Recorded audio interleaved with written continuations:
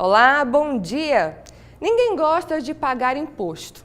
A própria palavra remete à imposição. Porém, é por meio desses recursos que o poder público mantém em funcionamento os serviços como educação, saúde, segurança e assistência social. Na última terça-feira, a Comissão de Assuntos Econômicos, o CAE, se reuniu para debater o manifesto que integra o projeto Reforma Tributária Solidária, Menos Desigualdade, Mais Brasil.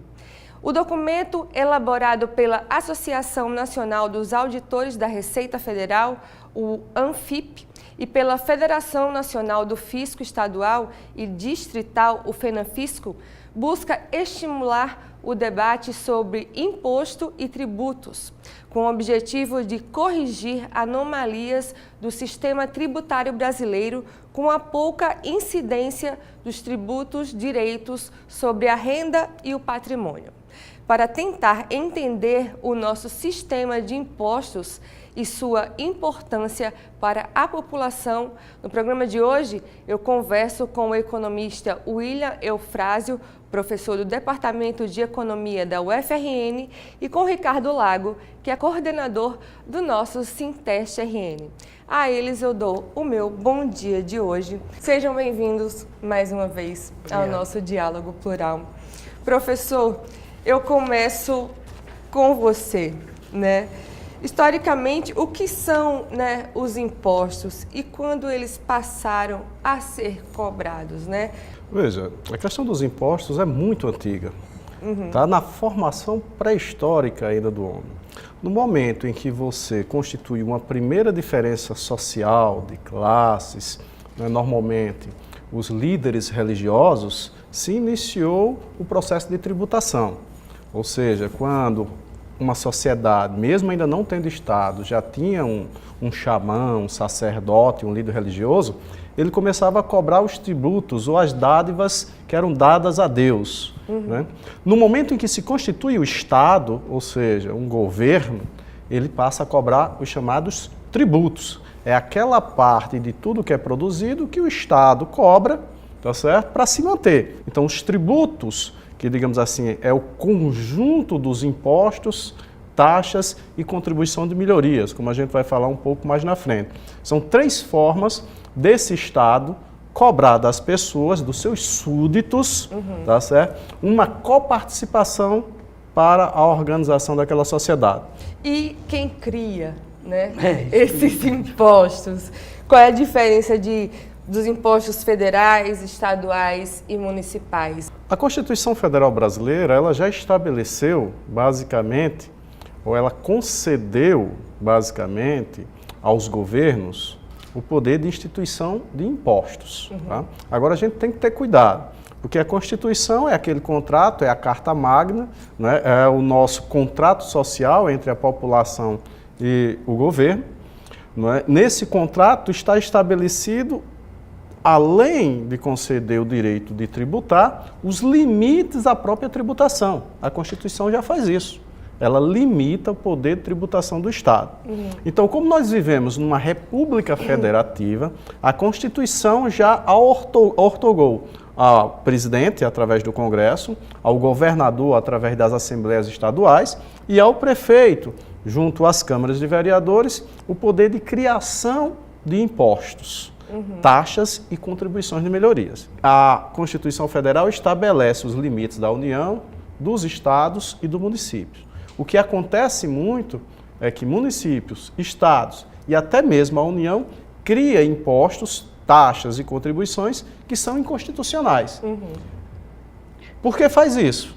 Porque enquanto isso não é julgado, enquanto a sociedade não se revolta e vai até o STF para julgar a inconstitucionalidade desses tributos, eles continuam sendo cobrados. Mas eu perguntaria o seguinte, quer dizer que existem determinados impostos que nós temos aqui no nosso estado, que, por exemplo, na Paraíba não existe, ou vice-versa? Não, em geral, porque a Constituição estabelece as dimensões, as esferas, tendenciosamente, tanto estados e municípios têm a mesma estrutura. Por exemplo, ISS, Imposto sobre Serviço. É o imposto que a Constituição diz que é da esfera municipal. Então, todos os municípios vão estabelecer o ISS. Né? Já tem lá uma taxazinha, uma alíquota que está estabelecida. O que pode acontecer é que determinados prefeitos possam isentar, reduzir esses impostos em benefício de um setor, de uma empresa, não é, de um grupo ou mudar econômico, os valores, pode ou existir alterar as alíquotas. Sim. A própria Constituição, né, estabelece para a União o poder, não é, para que a União possa alterar essas alíquotas. Porque tem alguns impostos que são evidentemente, digamos assim, fiscais. Eles são feitos para cobrança. Né? Outros, ele além de cobrar, além de fiscalizar, ele tem o que nós chamamos de uma função de extrafiscalidade. Ele serve para alterar também a situação econômica. Exemplo, o imposto sobre exportação. Quando o imposto de exportação, o presidente, né, que é um imposto da esfera da União, o imposto de exportação, o presidente vê que a situação dos exportadores não está indo bem, é preciso ampliar as exportações. Então, o presidente manda para a Câmara, para o Congresso, uma proposta de redução. E ali ela é votada e pode se reduzir, favorecendo assim os exportadores. Ricardo, você quer colaborar para a nossa... Eu também vejo, a gente escuta dizer que hoje o bolo tributário, né, o governo federal leva quase tudo e deixam quinhões para estados e dos estados para dividir com os seus municípios. Isso, mesmo ele sendo um imposto estadual, ele vai para esse bolo federal para depois ser redistribuído, ou ele já fica dentro do nosso estado? Não, dizer assim? A maioria dos principais impostos são recolhidos pela União, que depois reenvia para os estados, através do Fundo de Participação de Estados e Municípios. Né? Então, o imposto de renda. O imposto de renda é cobrado pela União, mas 50% retorna para os estados onde eles foram, não é, coletados. Então, a União ela é grande responsável pela maioria dos impostos, não por todos. O IPTU é um imposto municipal. Esse fica no município, é cobrado pelo município, não é, e ele fica com o controle desse município, desse imposto. O ISSS e ISS também, o município é que é responsável. O imposto sobre propriedade de veículos automotores, o IPVA, é do Estado. Então, o Estado já fica diretamente com esse recurso. Mas o maior volume de impostos, que a União ainda concentra, o maior volume, vai diretamente para a União, que depois reparte parcialmente com os estados e municípios. Tá certo? Então, infelizmente, a União ainda tem esse controle sobre os tributos. Tá, perfeito.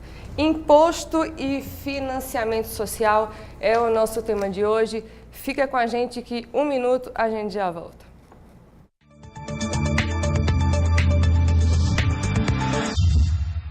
Voltamos com o nosso programa Diálogo Plural de hoje, que conversa sobre o sistema de impostos e seu valor para as ações sociais, com a presença do economista e professor do Departamento de Economia da UFRN, William Eufrásio, e com Ricardo Lago, que é coordenador do Sinteste RN.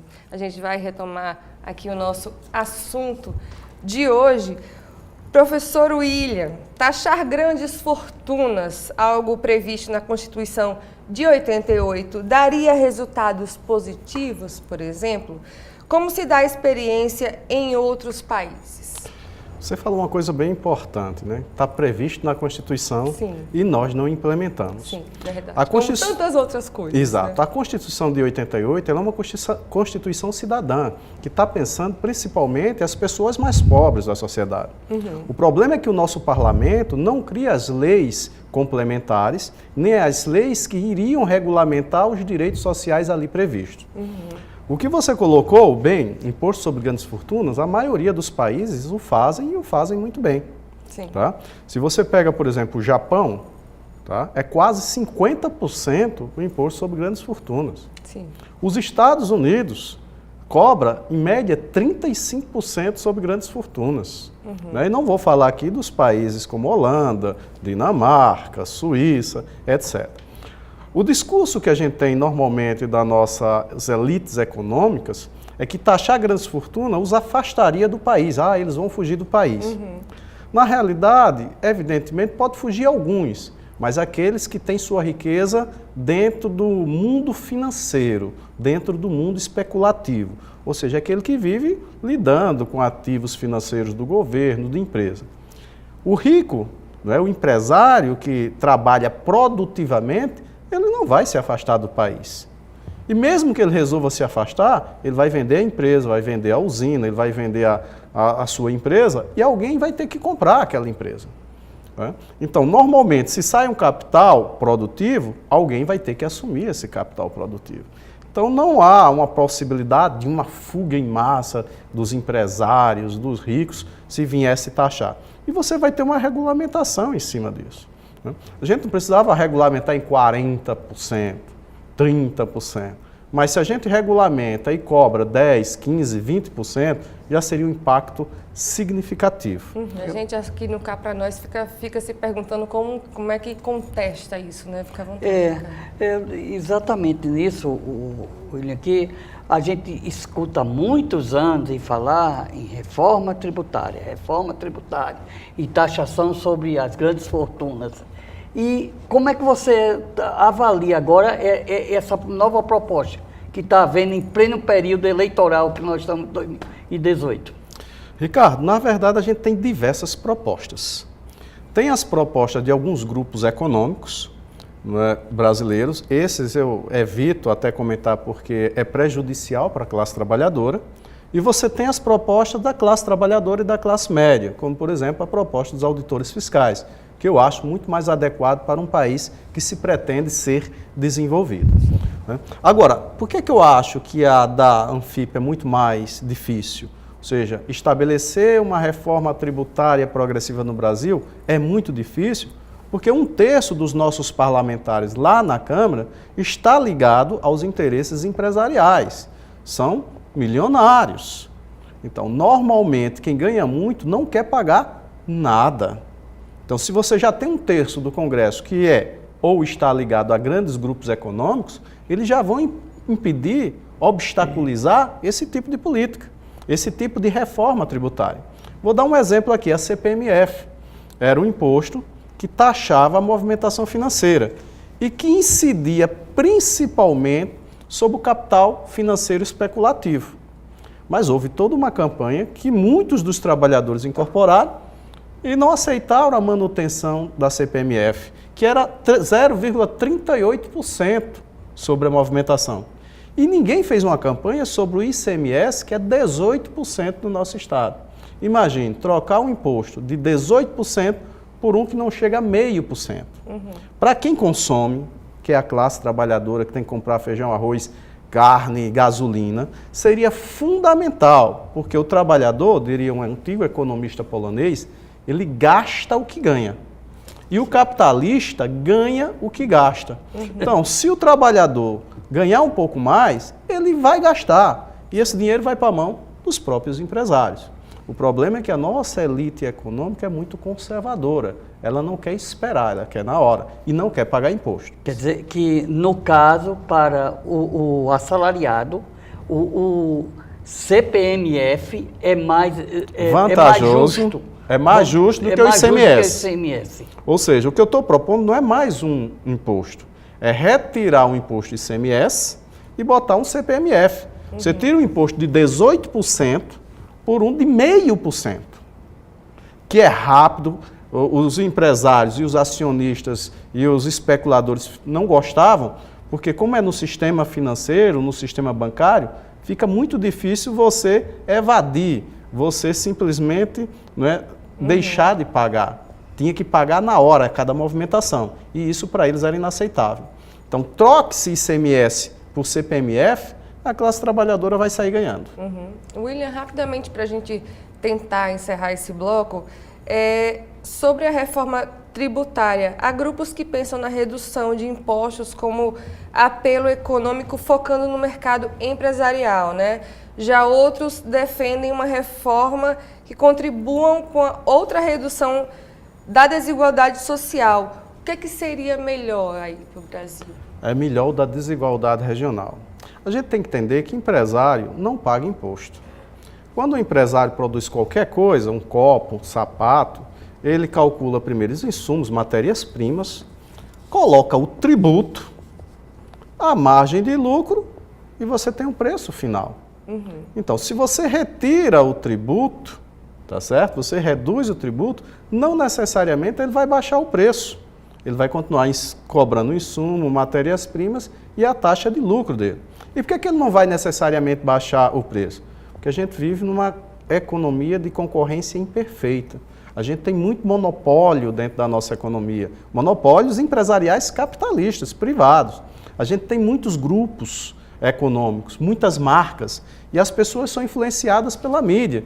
Então, alguém que muitas vezes é fã de uma marca, não é o fato de ter um tributo a mais ou a menos que vai fazer com que ela mude de marca. Então, normalmente, a classe consumidora, a classe trabalhadora é quem sai perdendo.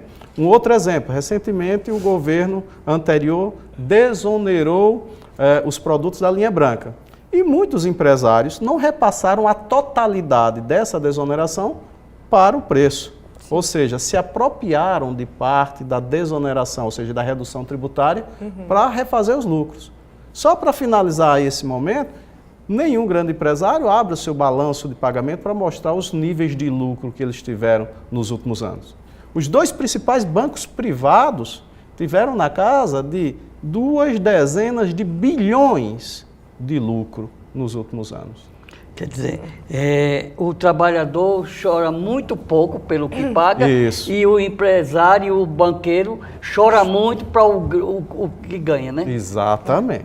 Mais ou menos isso. Impostos e financiamento social é o nosso tema de hoje. Fica aí que já já a gente tenta concluir esse assunto. 1 minuto, a gente já volta.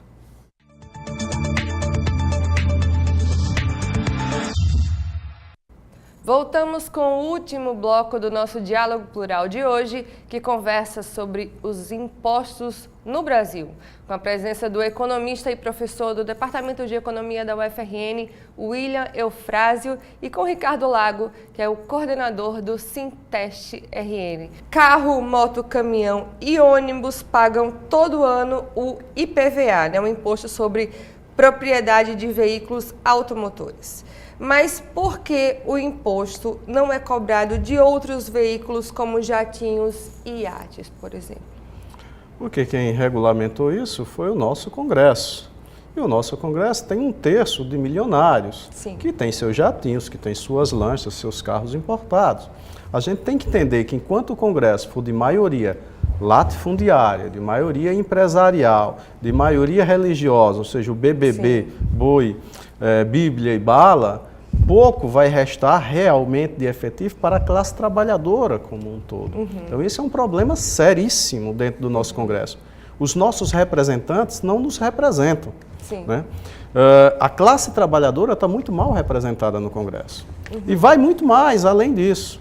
O governo que recolhe toda a tributação, não é, todos os impostos, taxas e contribuições de melhoria, metade do orçamento vai para poucas famílias. Segundo o professor Márcio Postman, economista, da dívida pública brasileira, que está na casa dos 3,5 trilhões de reais, 80% dos juros pagos dessa fortuna vai para aproximadamente 20 mil famílias no Brasil. Então, se você pega o orçamento brasileiro, tira metade, 50%, e desses 50%, 80%, o que daria 40% do orçamento total, vai para a mão de 20 mil famílias, os outros 50% vai para a mão de 204 milhões de brasileiros. Então, quando normalmente o Congresso, que tem maioria empresarial, fala em redução dos impostos, ele está querendo reduzir os impostos e reduzir os gastos do governo, que é para recursos sobrem para essas 20 mil famílias. Então, quando se fala em reduzir gasto do governo, fala em reduzir saúde, educação, segurança, moradia, para sobrar dinheiro para entregar essas 20 mil famílias que já detêm a maior parte do patrimônio nacional. Sim. Tá? Isso, o que nós deveríamos dizer, o governo gasta mal é com essas 20 mil famílias, que levam metade do nosso orçamento. Então, William, a gente vê da seguinte maneira. Então, é mais uma falácia ao empresário que diz que, havendo uma redução na carga de impostos, ele vai criar mais emprego, ele vai criar mais isso, porque o lucro dele não vai jamais querer perder aquela faixa, né? Pelo que a gente entende. Quer dizer, não é bem verdade esse ponto que Exatamente. O empresário brasileiro, ele normalmente só contrata mais trabalhadores quando a economia está aquecida e ele, para concorrer no mercado, precisa aumentar a produção, ele contrata trabalhadores. Mas a cada momento ele vai procurar criar, comprar e inserir novas máquinas, novas tecnologias para ficar livre do trabalhador. Então o trabalhador é sempre uma peça que está ali de reposição, uma peça que só é absorvida quando é extremamente necessária. Empresário no Brasil não paga imposto. Empresário repassa o imposto que ele cobra da classe trabalhadora. Todos nós trabalhadores, quando compramos qualquer objeto, o imposto já está ali dentro. Sim. Então o empresário acrescenta o seu lucro. E muitos não pagam nem o imposto sobre esses lucros, porque você tem mecanismos para reduzir o lucro visível e pagar menos impostos. Quando a gente pega muitos balanços de empresas, por exemplo, a empresa agropecuária, para que uma lancha, para que uma casa na praia, para que um terreno numa cidade grande, se não tem nada a ver com o capital da empresa? Mas é uma forma dos empresários pegarem os seus gastos pessoais e jogarem dentro da empresa. O que normalmente a gente chama de confusão patrimonial, uma mistura entre o dinheiro do empresário e o dinheiro da empresa. Para que isso? Para reduzir os lucros visíveis, pagar menos impostos sobre esses lucros e manter o patrimônio. Então a classe trabalhadora deve lutar, deve brigar sempre por uma reforma tributária que reduz os chamados impostos indiretos, que é o IPTU, que é o IPVA, que é exatamente o ICMS, o IPI, porque esses tipos de impostos incidem radicalmente sobre o consumo da classe trabalhadora. E lutar por aumentar os impostos sobre grandes fortunas, sobre a herança, sobre o mercado financeiro. É impossível um país como o nosso não taxar o imposto de renda, né, com o imposto de renda, sobre os juros e dividendos que os acionistas de grandes empresas recebem todo ano das suas empresas. Isso é uma lei de 1995 do Fernando Henrique Cardoso, isentou totalmente os juros e os lucros e dividendos de imposto de renda, não é? É inaceitável.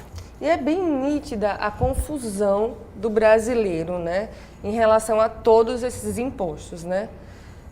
Não tem como dar conta de tantos impostos que existem há tanto tempo. Como eu falei no início do programa, um imposto que sobe, outro que desce, outro que você tem que pagar, outro que você deixou que pagar. Ah, eu comprei o carro, eu não sabia que tinha esse imposto para pagar. E cada vez mais a gente vai se enrolando com uma coisa que a gente cada vez mais desconhece. É por aí, né? Isso. Outra coisa que também a gente escuta muito falar, e isso também certa parte nos incomoda, é a gestão dos impostos, tá? Então, como é que você avalia a gestão desses impostos no Brasil? É extremamente complicado, principalmente porque os chamados controles sociais que a Constituição criou, a Constituição traz uma série de fatores, de mecanismos que a sociedade pode fiscalizar. Mas muitos dos nossos executivos no município, no Estado e na União têm atrapalhado isso. A grande mídia muitas vezes também atrapalhou isso. No governo anterior, procurou se valorizar, por exemplo, a questão dos conselhos, da participação comunitária na fiscalização das instituições. E se criou uma ideia que era comunismo, socialismo. Não, isso é democracia. Em todos os países do mundo, a população, a comunidade está fiscalizando. Porque se a gente não fiscaliza, esses prefeitos, governadores e presidentes vão gerir de uma forma muito equivocada os nossos direitos e vão atrapalhar os gastos sociais. Tá? Então a população tem que estar procurando observar isso. O portal da transferência nos ajuda muito a conhecer para onde está indo o nosso dinheiro.